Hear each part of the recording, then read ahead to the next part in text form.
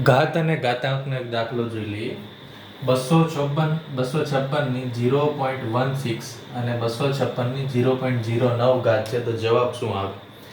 હવે તમે એક વસ્તુ જુઓ, અહીંયા બેનો આધાર છે એ સમાન છે, અને જો આધાર સમાન હોય તો ઘાતનો સરવાળો. પણ આ ક્યારે લાગુ પડે? જો વચ્ચે ગુણાકારની નિશાની હોય તો.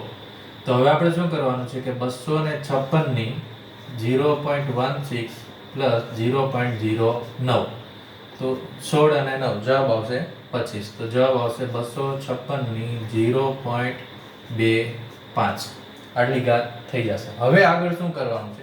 તો 256 શું છે? એ 16 નો વર્ગ છે. 16 નો વર્ગ અને એની 0.25 ઘાત, બરાબર. હવે આપણે કરશું કે આ જે 16 નો જે વર્ગ મતલબ 0.25 છે, તો એને હું શું લખી શકું? 25 ના છેદમાં 100. 25 ના છેદમાં 100 ને આપણે એમ લખી શકાય કે 1/4.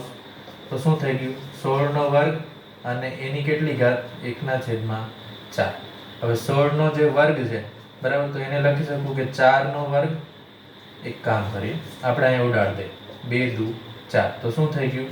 16 ની 1/2 ઘાત થઈ ગઈ. 16 ની 1/2 ઘાત, તો 16 ને એમ લખી શકાય કે 4 નો વર્ગ અને એની 1/2 ઘાત. 2 2 કેન્સલ, તો જવાબ આવશે 4.